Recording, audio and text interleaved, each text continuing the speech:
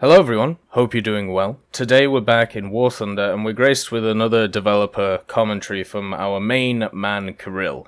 And hopefully in this developer commentary we get some answers about some specific issues that have been brought up by the community and also, by just the general consensus with update 1.77 and hopefully some thoughts on update 1.79.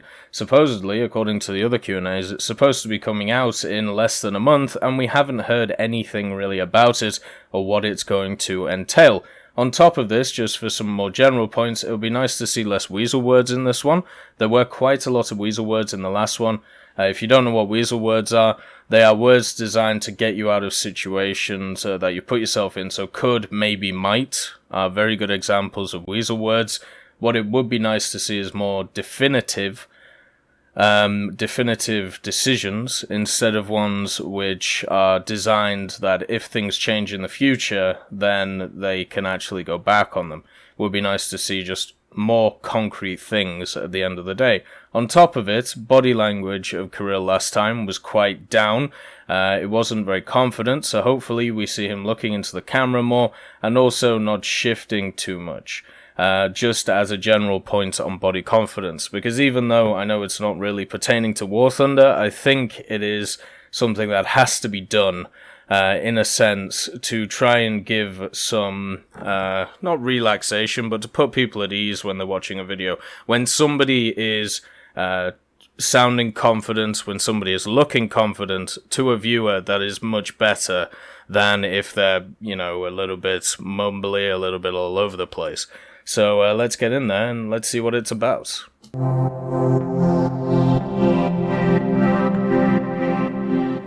Hello everyone, my name is Kirill. I'm the creative director of Gaijin Entertainment. Today I'll be answering a number of your questions. Aha question. A lot of people are asking about the P47 and its performance in random battles. They ask if we're going to do something or change something about it. First of all, we just adjusted its BR, it'll be a bit higher now. Then we'll work with the statistics, we'll see why and how it affects the outcomes in random battles, and then, depending on what we see, we might introduce further changes in the nearest future. So what they've already done is obviously raised its BR. Now this has been raised across the board. One of the main issues that people have with the P47 is the premium versions of it. This includes the Russian one, and it also includes the German one. Now, if we look at those two machines, another thing that has been changed about them is also their economy changes, meaning they're a little bit more profitable now to absolutely dominate in, and from that point of view, that is obviously a good change for the average player, because hopefully they don't see matches where half of the enemy German team is P47s. But without looking at the economy changes and just putting them to the side, because I personally believe that's not a great way of balancing the game, the only way that you can fix a machine like this, since it is incredibly powerful at high altitude, is to be cutting its ability to be able to get there, or at least make it so players have to be a little bit more patient before they get into the battle. There is definitely a meta when it comes to aerialistic War Thunder, where after about 5 minutes of climbing, people engage, and whatever altitude they're at, they will engage at. Some planes are not very good at this, some planes are good at this, but it has been very stable for many years now how this is how it's played. Now with the old P51, the way to get around that was to wait a few extra minutes. The issue with this is your team could be all dead, but you are now in a position to fight. With the P47, I would like it to have that kind of similar role, and instead of it defining the meta, it would be nice if it was played around the meta. So putting it on the airfield means that people would have to wait an extra minute to be able to get up to altitude.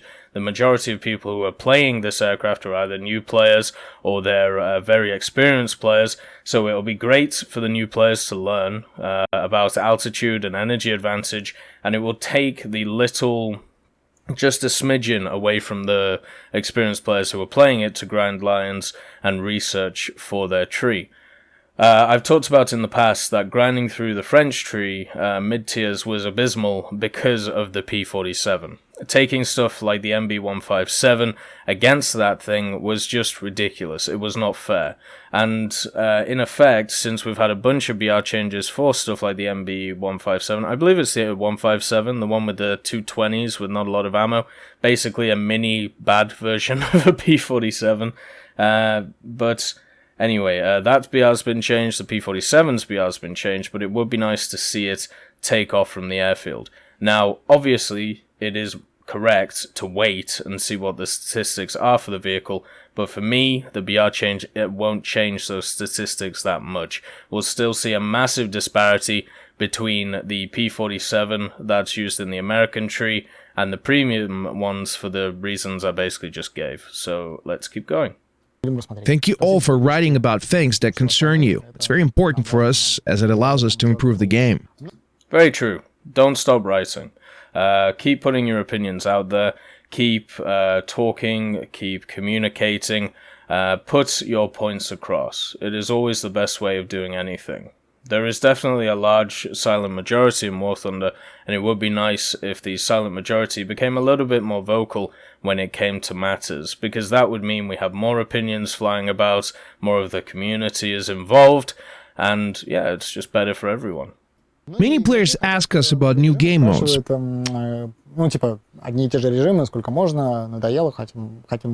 We actually organize a lot of different events with various rules that deviate from what you see in random battles. The thing is that it's rather difficult to introduce new game modes to random battles, because we want them to be fair and balanced. This makes it quite challenging. Everything should be balanced, right? If we want changes to be so, to make fair game modes, especially the asymmetric ones that a lot of players want, if we want it to be engaging and fair, it's much more difficult than to make a separate event that inherently has limitations like what kind of vehicles are allowed, how many players are in, etc. That's why, first of all, do participate in our events. Right now it's Chronicles, for example. There are a lot of interesting mechanics out there for you to try. So that whole point, he does obviously have a point, where introducing new mechanics in an established game mode can be a bit of an issue because it can screw with the balance of it. But this is why testing is a thing. This is why testing has to be involved at some point, and right now, as a player base, we aren't able to test new things apart from in these event scenarios when other things are taken out of context. So the best one, he said it here. So the Chronicles event. The Chronicles event is a great way to test specific mechanics. The mechanics of limiting an amount of vehicle that you can have on the battlefield when it comes to ground forces. The idea that you can have multiple spawns, you just have to pay silver lions instead. Very similar to Enduring Confrontation in that sense. There's also stuff like the historical aspect of it, which is something we don't see in random battles, so there are different mechanics there which are at play. The main issue is they haven't changed since the last Chronicles event, and even the one before that, and that was a main issue in the critique. The Chronicles event is interesting, don't get me wrong, I really enjoy it. I think it's a nice change from the general random battles that we get in War Thunder. But to say that it is a way to test new mechanics, well, these mechanics have been tested many times. And also on top of it, you're adding in an extended bonus of getting premium, or sorry, not premium, but gift vehicles out of the event, enticing people to play it, even though in a normal scenario they may not want to play it. On top of this, we have other game modes such as Battle Royale, which has been tested, Capture the Flag, which for me was really fun. It would be nice to see if that was an arcade thing. But the main thing that needs to be done now is to take some of those mechanics and introduce them into stuff like Air Realistic. I personally would like to see RB become an EC idea, but if it doesn't and it stays the way it is, then what has to happen is things need to be added to it to make it much more enticing. And this doesn't mean adding new mechanics like we see in the events, it means adding just more stuff to the game modes. I've talked about the idea of having supply lines, having railways, having more lighter vehicles, having the idea of AI flying about if you want, this idea of a maneuverable battlefield, the gold rush stuff that Flyers talked about and I talked about a few years ago, stuff like that. These are all things which can be added to the game, which would not fundamentally change how stuff like Aerialistic would work. It would just give people more options of how to play the game, which is something that Aerialistic desperately needs, and now is becoming an issue in ground realistic for a lot of people. Apart from that, we're currently testing World War. This game mode has a lot of new mechanics, such as convoy and escort missions. These are missions of a completely new type. They are asymmetric. It's all very engaging and historical. Well, it's much closer to what most real combat missions were than the balanced skirmishes of two even sides. These will feel more like combat scenarios. So with this said, I've played quite a bit of World War mode, or whatever you want to call it, and for me, I would like to see it be the next major game mode in War Thunder. I understand that a lot of people don't like the historical side, or don't think that it can be balanced, but the individual battle in World War mode is not what is balanced. The actual operation itself is what balanced.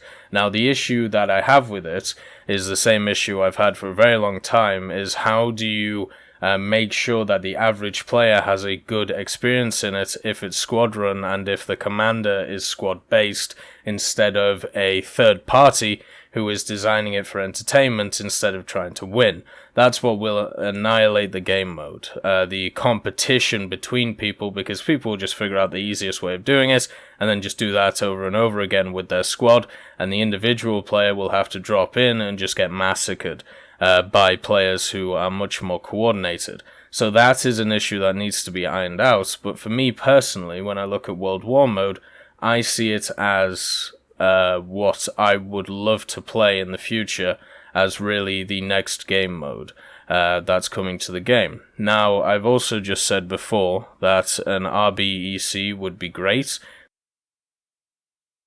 People have said that for them, they wouldn't like it because it would take players away from AirRB, random battles, so it would actually, split up the player base. I would just straight up replace AirRB with RBEC. Just so you have much more options to do things. There's a lot more mechanics involved.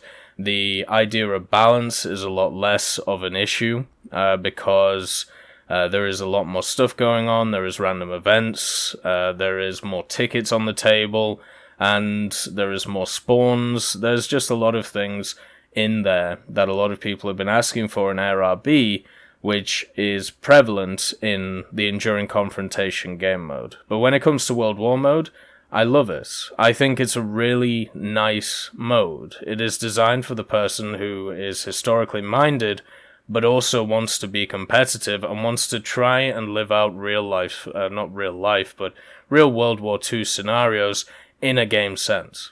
I like the fact that it's a mixture between the Heroes and Generals style of campaign, online campaign, multiplayer, whatever you want to call it, or the Ardennes Assault from Company of Heroes 2, with War Thunder, which has the base mechanics for a vehicle game down, and now we're adding on to it the ideas of operations, of campaigns. For me, it's great. Hopefully it develops well. Hopefully the decisions made when it comes to it are good decisions. Also, as he said, there is a lot of different game modes which are there in World War mode. If you haven't tried it, or if you haven't got access, I would say try and sign up, try and play it, and you'll see the different game modes which will at least give you hope for the future if you feel like stuff like AirRB is stale, which it is pretty stale right now, since it's been the same for a long time.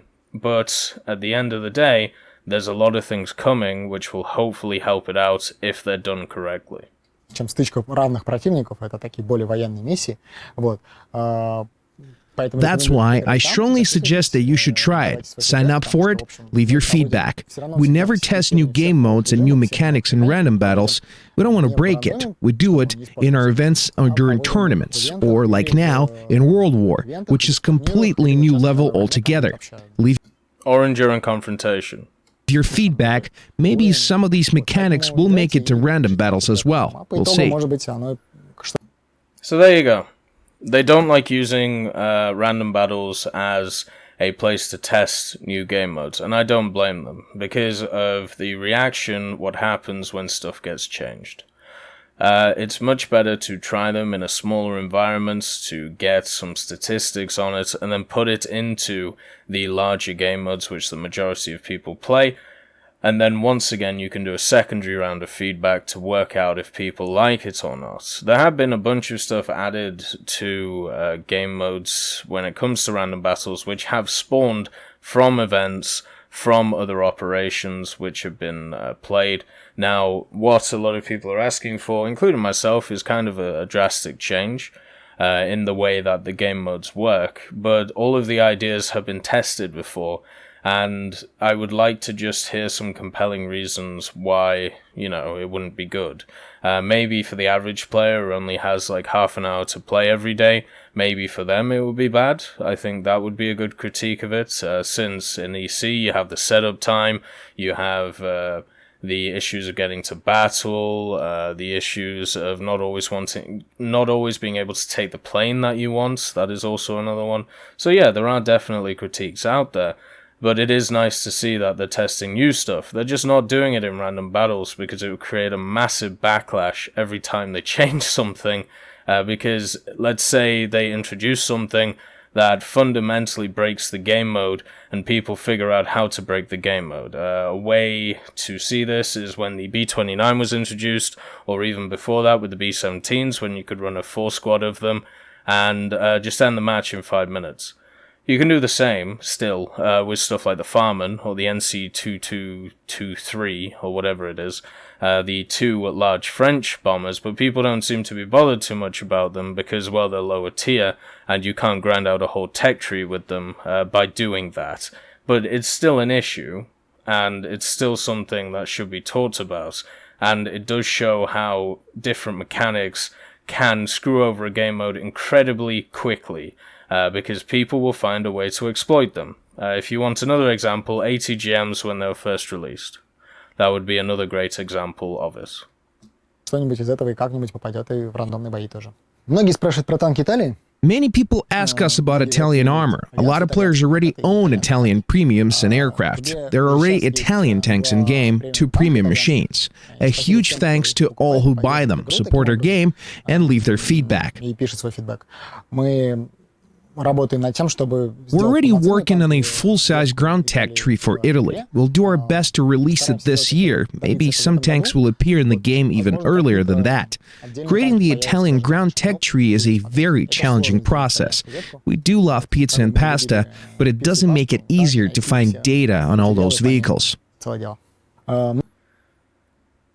The Italian tech tree is a very interesting idea, and I've talked about it in the past. My thoughts on it, and the basic thoughts that I have is, first of all, I need to fix my webcam, so let's do that real quick. There we go. You can see my wonderful face, the man who should be locked into a cave and left to rot somewhere. But when it comes to Italian tanks, my main issue with them is the same issue I have with French tanks, or at least I thought would be an issue with French tanks, and kind of was. It is the rank 3, rank 4 area. We have the Leoncello in-game, which was seen as one of the pinnacles of medium tank design for the Italians in World War II. Now go look at its BR, go look at its rank, and then you may see an issue here. So what we're going to have to do is look at rank 4 as a post-war vehicles, very similar to the British, but even then, they don't have a lot of vehicles compared to somebody like the British. And rank 3, I mean, all you pretty much have is a collection of 90mm tank destroyers, which are not going to be very good. So there are massive gaps in the tech tree. Now, I've said in the past, I'm fine with having gaps in the tech tree, especially with the current state of ground RB, where a lot of it is mixed battles, so you can rely on other nations to fill gaps where your nation is struggling, but it's just an unfortunate issue with historical data, and the only way to really fix it is to put in other nations' vehicles. Now with the French, they put in a bunch of American vehicles for their aircraft and for their tanks.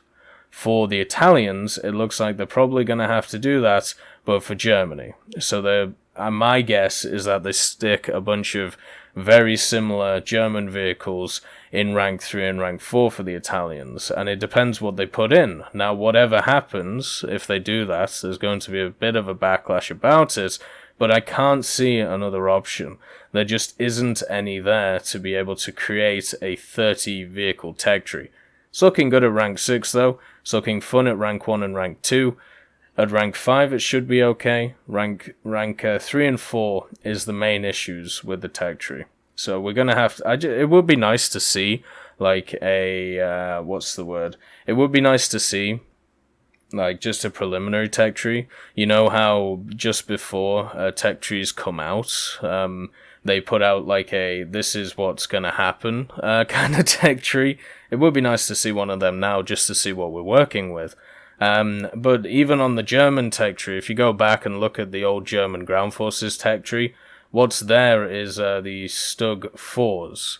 The Stug 4s still aren't in game for some reason. So yeah, even they can be a little bit dubious at times. And also I think the Elephant's there instead of the Ferdinand. Many players are concerned about the role the M1 Abrams plays in random battles, where it performs pretty well, mostly thanks to its excellent survivability. We've only implemented the feature the Abrams has in real life, that it has a chance of surviving a fire in the ammunition storage. In our game it works even better than in real life though, because in reality there was always a chance that the engine and transmission compartment would catch fire as well, and to prevent that you had to rotate the burning turret. It's a very lengthy process during which the tank is obviously unable to fight. In the end, the fire disables the vehicle anyway, and the crew, as a general rule, usually bails out at this point. We plan to make it as realistic as possible. If your ammo rack is on fire, you'll have to turn your turret away from the engine transmission compartment. That's the first thing. So they're adding in a new mechanic to the Abrams on top of a new mechanic that they already added, and I think that's fine. Like, if you want to add in a mechanic which deals with some of the issues that the Abrams has when it comes to its survivability, and also is realistic, I mean, it makes sense, right? Even though they've talked about in the past how the rank 6 tanks are not as realistic as they could be because they just don't have the data on them, it's still nice to see that they are pushing for realistic ideas. Now, if they put their focus on realistic or historical ideas which are less beneficial for the Abrams instead of the more beneficial ones to try and balance it for the time being, then that is their prerogative. For me personally, what I would prefer to see is just as realistic of a vehicle as possible in the game. Now, when it comes to rotating the turret away from the engine, I don't think this will take a very long time, especially when you look at the turret rotation speed. What takes, or will take a long time, is being able to get ammunition to the gun after the ammo stowage has gone up. That is something that needs to be thought about, and I'm sure they'll put a mechanic in which, basically, you know how in World of Tanks you have artillery where the crew, if you hit a tank with artillery, the crew will become dazed in a way. I'm pretty sure they'll add some kind of mechanic like that to the Abrams to simulate what they're talking about here. Because if they just add in straight, if your ammo storage gets hit, the tank, everybody in the tank bails out, then there's literally no point in that new mechanic, since it would be exactly the same if any other machine's ammo got hit. The second is that right now the piece of armor that separates the rack and the fighting compartment is way too sturdy, making the tank practically invincible to the attacks from the rear. It's not the way it works in real life though, so we'll be working on that as well. Perhaps if your rack catches fire, we'll make it impossible for a reload to finish. We'll see. So basically, what they're talking about with that is the actual doors between the compartment and the ammunition. Now, right now, if a round goes through the back of an Abrams, depending on the round it is, of course, a lot of the time it will get stuck in the ammunition. And if it goes through and it pierces that wall between the crew compartment and the ammunition will go off. It may kill a crew member with the actual with the, the shot going through, but the ammo exploding or setting on fire will not affect the crew on the inside of the turret. So it seems like they're trying to address this, and this could go either one of two ways. It can be either incredibly bad for the Abrams, where whenever it gets shot in the back, it's just going to die instantly anyway. Or it could be where a timed thing. So if you have more ammunition in the turret, it takes longer to burn off. Some more crew will take damage in the turret itself, something like that. So this is a mechanic which is going to be a bit worrying when it first comes out, and this is a good example of one which is going to need a lot of testing, because you don't want to make that system completely useless, which they've just put in, because it isn't useless in real life. And right now, the way that they're talking about changing it would make it useless. So we're going to have to see what they do. Maybe that will be enough, because right now it's way tougher than in real life and tougher than its opponents in the game. Будет достаточно изменений, потому что сейчас он чересчур живуч в сравнении с реальной жизнью, не говоря уж о танках противников. After we introduced new top tanks for a number of countries in the latest patch, many of you started to question the competitiveness of Japan, France, and Germany in high ranks. Germany? И некоторых Германии на топовых рангах.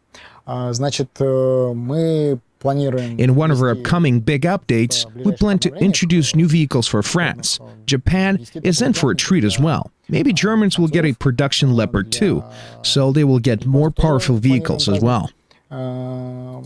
So we know that a Leopard 2 is coming to the game. They've already confirmed it before. Adding maybe in the statement, as I said, is just to basically cover their asses. They've already talked about the M1A1 from the American point of view. They've already talked about a production now version of a Leopard 2. So we're not looking at a Leopard 2 prototype. We're looking at a proper production one. So at least it'll have all the bells and whistles as what people want. When it comes to the French have a few options. You have the AMX-40, you also have the Leclerc. It would be lovely to see the Leclerc, to be quite honest. I think it would be a great vehicle to have. Would it be overpowered? I don't think so. It would pretty much be on the same level as either just slightly better than the tanks we have in game, or slightly worse than the Leopard 2 variant and the M1A1 that we're going to get in the future. So as long as they come out at the same time, it shouldn't be that much of an issue. Obviously, there is always going to be imbalances, especially at the higher tiers, just like we've seen with jets for years and years. But it is how it is, unfortunately. There is always going to be a top vehicle. There is always going to be a top played vehicle. Even if it isn't the best vehicle, it just is how it is. I don't know how else to put it. It's the same with any other game. Just go and look. World of Tanks, great example. Go and look at the most played vehicles at tier 10 in that, and then compare it to the ones which are least played, and then you'll see the differences between them and why players favor certain ones over others. So yeah, it's nice to see some new top tier stuff. For me personally, it is nice. The changes that they did to the AMX-30s was really nice for them. But the main issue is they're still not competitive, especially the B2s. The B2s kind of get smoked out of the water, and that's why you don't really see them. You also don't have a great lineup of, what would be the word? You don't have a great lineup of backup for them. Now, generally, I know at top tiers, it all really depends on your first spawn. So Abrams, Leopard 2K, T64B, stuff like that. But when it comes to once it gets more and more fleshed out, so when we get more of these MBTs, when we get more, hopefully, lighter vehicles, and also, rank 6 jets, it's going to be much more important about lineup instead of just an individual vehicle. So, hopefully, in the future, France doesn't just get an MBT, it actually gets a little bit more than that. Some more light tanks, instead of just the AMX-13 HOT, which unfortunately is in not a great place at its PR right now, but we're going to have to see. They've had some decent buffs to the AMX-30s, they've had a decent buff to the DCA AA as well. So, not the DCA. It's, which one I mean, the radar-guided AA from France. But I am looking forward to either the AMX-40 or the Leclerc. That's pretty much the two main options that France has. With Germany, I think Germany's in a fine place right now. I know a lot of people complain about the 2K not being as good as the other top tier MBTs, and I think it is personally. It fits the meta the best. It has speed, it has a great gun, it has a decent reload, it has a good enough reload, I think is the better way of putting it. It's got a stabilizer, as I said, it's got speed, it's got very trolley armor, just like the Leopard 2 does, where it just has some very odd angles where rounds will just bounce off. It's got great long range and short range abilities. It has a lot of stuff going for it, so yeah, I understand a lot of people aren't happy with it because it's not on the same level as like the Abrams when it comes to it's a prototype and the Abrams being a main battle tank, but understand that the Leopard 2 is coming, so that will be filled for you, and it's not as bad as, you may think it is. И, возможно, немцам добавим серийный Leopard 2. Так что у них тоже будет более мощная техника, чем сейчас. By the way, the info about these plans was already shown on our website, as well as a lot of other exciting pieces of information. Check out the news on our website right now. Here's a kind of a follow-up. But something that's interesting, you might have noticed it too, but he is looking at the camera more, which is great. He looks more relaxed, he looks more confident, body language is looking a little bit better. His shoulders are still doing the dance every once in a while, but overall, much better than before. And they're also jump cutting, which is, I don't know. Personally, I don't really like jump cutting. I think it's much better to get the full experience of what a person is thinking about, whether it takes them a bit longer to think about a subject or whether they have to collect their thoughts a little bit more. I like that instead of the jump cuts, but I understand for time things, people prefer the jump cutting. Up to the last Q&A session. A lot of our players write that these 6th rank and top-tier aircraft aren't that difficult to implement, that the early self-guided and guided missiles weren't that effective and will not change the flow of the match. What I've been reading is not that. I'm gonna have to see proof of this. That it's kind of a nice thing to have, that doesn't change everything, doesn't make War Thunder a new game, that is completely different. Значимой изюминкой, но все еще не меняет все, не превращает в другую игру, и которая совершенно не похожа. And all of that makes sense, but you have to understand that if we introduce just the F-100 and the MiG-19, it will make War Thunder into a game about duels. And our game is very different from that after all. There are more than 2 nations. We have bombers and other types of aircraft. That might look fairly easy, and actually it is, to implement 2 aircraft that can fight each other on even terms. But we need to make it interesting for all countries, to make it balanced, to make it possible for bombers to play with them, because guided missiles or heat seekers weren't that effective against fighter aircraft, but were much more effective against bomber aircraft. In reality, yes, that's true. Especially the first generation, which is pretty much what they're talking about when we talk about the MiG-19 and the F-100. But the main thing, I think this is the big disconnect that members of the community and Gaijin and also myself have. From a gameplay point of view, what a lot of people want, or at least what a lot of people see from an aerialistic point of view, which is, what I'm talking about in this video, is they see a PvP scenario which is fighter on fighter, the dogfight scenario. Now for me, I've never seen a realistic like that. I like all of the different components. If I want just a fighter on fighter game, there are plenty of other games that I can do that offer that type of playstyle. What I like about War Thunder is there is a mix. Now, is it always balanced in the form of are fighters always better than bombers on specific maps? Are fighters generally going to do better than attackers on other maps? Yes, there are definitely things we have to look at there, which mean that the game isn't always balanced, especially because of map design, and also just amount on each team, which is something you can't change unless we're talking about bombers. But when it comes to top tiers, we can't forget about this. We can't just have fighters at top tiers. Right now, the majority of people at top tier, rank 5 jets, play fighter aircraft. And adding in just more fighter aircraft to that would pretty much just mean that it would be exactly the same as before when it comes to meta standpoints, apart from other mechanics would be added, which, as said by Kirill here, or whatever the main man's name is, it wouldn't be that interesting. It would actually be pretty much exactly the same, especially when we look at the MiG-19 and the F-100, and then we move into the reliability of the first-generation missiles that they're talking about on top of this. There wouldn't really be that much of a change, and it would just turn into which fighter out of them is better, and then everyone would play the other fighter. Right now, there's a lot of 9.0 aircraft in jets, in War Thunder. Now tell me which ones are popular. There aren't that many of them, because people like playing stuff to win. They also like playing stuff which has a combat advantage over other things. So adding in the MiG-19 F-100, what will happen is people will grind out these jets the first few weeks, and then what they'll do from there is they'll just figure out which one's the best, and then they'll just play that. I don't know what else to say. Like, that people want to win. It seems to be something that a lot of people forget about. Oops.